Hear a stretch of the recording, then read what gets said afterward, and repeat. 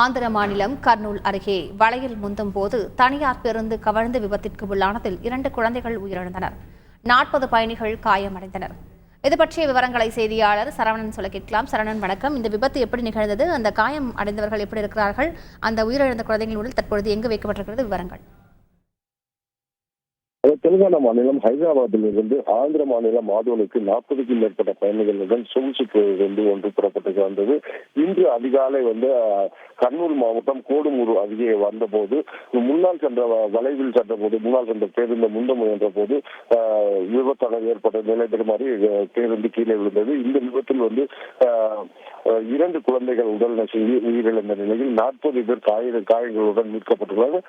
சம்பவ இது குறித்து தகவல் அறிந்து வந்த போலீசார் மற்றும் மீட்பு படையினர் உடனடியாக சம்பவ இடத்திற்கு அவர்களை மீட்டு கர்னூல் அரசு மருத்துவமனைக்கு அனுப்பிவிட்டு சிகிச்சைக்காக அனுமதிக்கப்பட்டுள்ளனர்.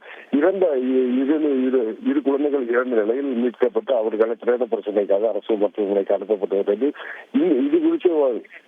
இது குறித்து தகவல் அறிந்த போலீசார் விசாரணை வழக்கு பதிவு செய்து விசாரணை நடத்தி வருகின்றனர். முழு விவரங்களுக்கு நன்றி சரவணன். செய்திகளை உடனுக்குடன் தெரிந்து கொள்ள உடனே சப்ஸ்கிரைப் பண்ணுங்க.